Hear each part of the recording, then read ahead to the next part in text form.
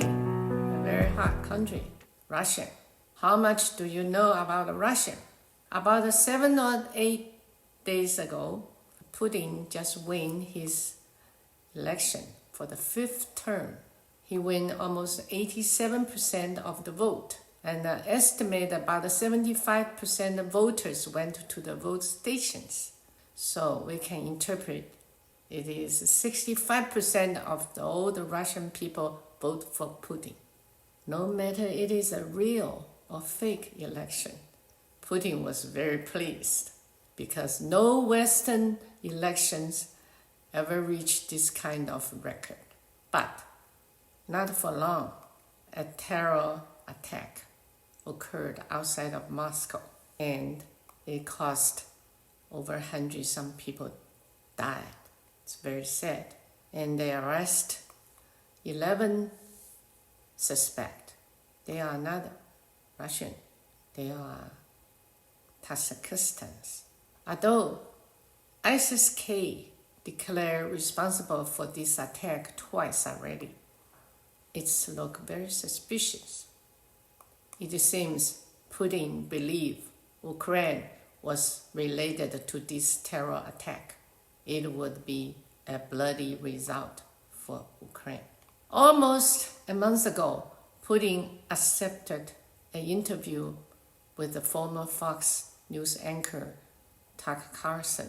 Putin talked about a lot of Russians' history and also complained that Russians' peace proposals at the last peace conference in Turkey were vetoed. Ukraine, under the influence of USA, demand a complete withdrawal of Russians from Ukraine, and this is not possible. So, let's talk about Russia now. The people of Russia are East Slavic ethnicity, rising in 9th century and until the 16th century, they crossed the Ural Mountains toward Siberia. And some scholars believe that Russians originated from Sweden. Russians only has about 1,000 years history or culture, quite young. Putin seems to have not mentioned the Mongols. The Golden Herd Empire, established by Badu, was indeed built in Russia. It has a history of 240 years, from AD 1240 to 1480. The Mongols probably established Moscow, ranking it as a permanent access of the power and the center for the future empire's development. The Mongols did not have too much trees in Russia. It is said they only knew how to collect tax and money. So, why did the European people look down on Russia? Perhaps because in the past, Russia was just a cold and a desolate land, living by hunting with no culture to speak of. They thought of Russian as a backward people. Also, they were ruled by the Mongols for 240 years. So, Europeans naturally looked down on Russia from the bottom of their heart. So, how did the Russians become strong after driving out the Mongols in AD 1480? Primarily through 3 major figures. Number 1, Ivan the Terrible. Ivan the Fourth, known as Ivan the Terrible, from AD 1530 to 1584, was originally the king of Russia, but later he became Tsar. His territorial ambitions were evident and became a tradition in Russia. He annexed Crimea, first time, occupied Siberia and Central Asia. This great emperor was truly formidable. Don't forget, the Onion Dome Cathedral outside the Red Square was built by Ivan the Terrible. It is said that he blinded the architect, and so the secret of the design could not be replicated. Another onion dome cathedral like that could not be built again. Number 2, Peter the Great, standing at 6 feet 8 inches tall. In 18th century, he's a giant. From AD 1672 to 1725, he ruled Russia. He grew up in the middle of the palace in Tragus and was passionate about the ships, even visited Europe, spending sometimes in Netherlands to learn shipbuilding techniques. He established the Russian Navy and transformed everything in Russian, including clothes and material civilization, transitioning from the image of a Mongol vassal to Western civilizations.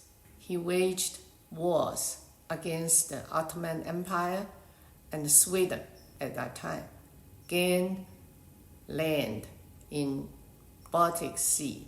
Don't forget, Russia has always been looking for a warm water port in the south, and there was an endless love for annexing territories. Number 3, Catherine the Great. Born in 1729 and ended in 1796, she was a German noblewoman who married Peter III. She seized the power from her husband and became the ruler of Russia. Her contribution to Russians' culture and education was significant, collected many artworks which were masterpieces of that time. She mingled with the elite of the Western Europe. If you go to St. Petersburg, the Winter Palace, mainly because Catherine's the Great shedding Russians' uncultured and lowly image. She was also military formidable and a skilled annexer of the territories, second only to Ivan the Terrible. She annexed Crimea, the North Caucasus, Belarus, Thurians, and Latvia. So, with the effort of these 3 leaders, Russia became powerful, moving farther eastward without any resistance from other nations. It was a smooth sailing to the Far East. Now, let's talk about the Crimea, one of the major disputes between Russia and Ukraine now. Crimea changed hands many times in history. A. Ivan the Terrible in 16th century annexed Crimea the first time for Russia. And B. In 1774, Catherine the Great annexed Crimea from the Ottoman Empire. C. From 1853 to 1856, Britain and France launched a war and defeated Russia. Crimea went back to Ottoman Empire. Casualties were very heavy, and it was in this war that the nursing pioneer Florence Nightingale began her work, laying the foundation for the nursing profession later. D. World War I had broke out in 1914. Russia underwent a revolution in 1917, and the Ottoman Empire was dismembered by Britain and France in 1919. The Soviet Union rightfully claimed Crimea. It was the first time set up an autonomous region and later annexed by Soviet Union. E. During World War II, Crimea was occupied by Nazis. F. After the war, Soviet Union took it back. G. By 1954, Crimea was transferred to Ukraine. The main reason was that Khrushchev at that time was the leader in USSR. He was a Ukrainian. During Stalin's rule, he observed whole bunch of satellite states externally and had planned economy internally. Everything was public owned, and the goods were distributed through ration cards. So it eliminated the exploitation of the czar's nobility. The public ownership system made people slow and a lack of incentive to work hard. Although there was continuous growth, but it is not reached a bursting point. And it was always led by the military industry, while the people's living standard remained mediocre. With queues everywhere, Crimea was the homeland of Russia's Black Sea Fleet. So whether Crimea belongs to Russian or Ukraine, it likes putting money in either the right-hand pocket or left-hand pocket. What's the difference? Who knew in 1990s Russia and Ukraine went their separate way? Now Crimea is so important. What should Russia do? Russia leased Crimea from Ukraine.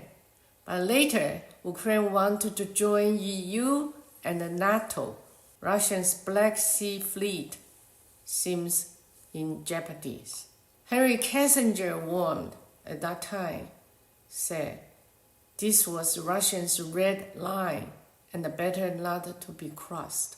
However, the U.S. ignored it, and Senator John McCain even went to Freedom Square in Ukraine to participate in demonstrations, directly inciting the crowd. The Ukrainian leaders fled, and everyone was ecstatic. Although later, the next step, Putin sent the troops to occupy Crimea. It has been 10 years now.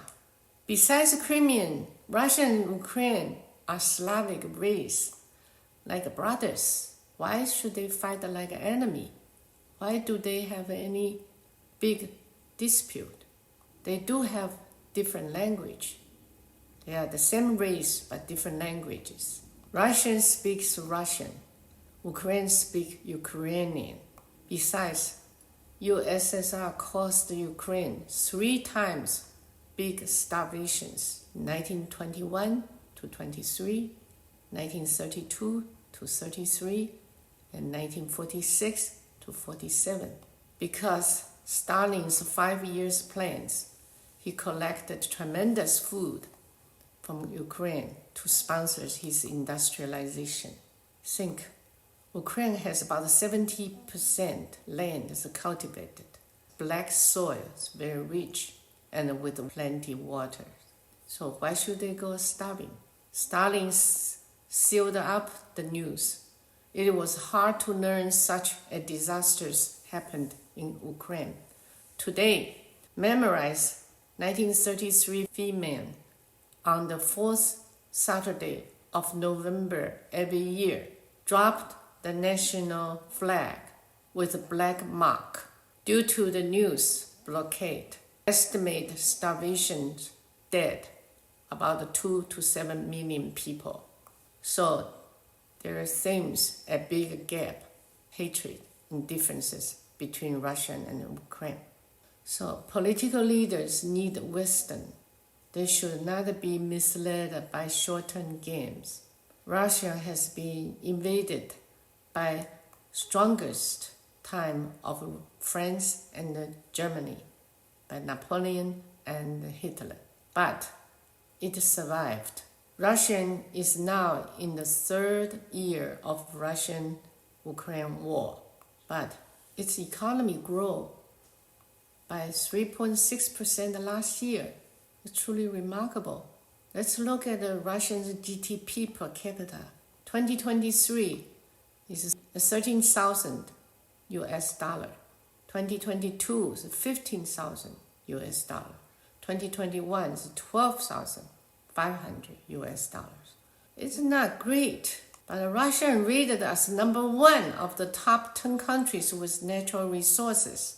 Natural gas reserves is number 1 in the world, and the number 2 producer. Diamond is the number 1 producer of the world, including industrial diamond. Gold reserves is number 2 in the world. The coal reserves is number 2, just to name a few. Strategic metals such as palladium, 37% of the world, titanium, 13%, platinum, 10.5%, uranium, 8%, and cobalt, 4.4%. And also his world market of fertilizer, 13%. So, as the saying goes, size does matter. Such a behemoth of a country, a centipede that doesn't die even when its head is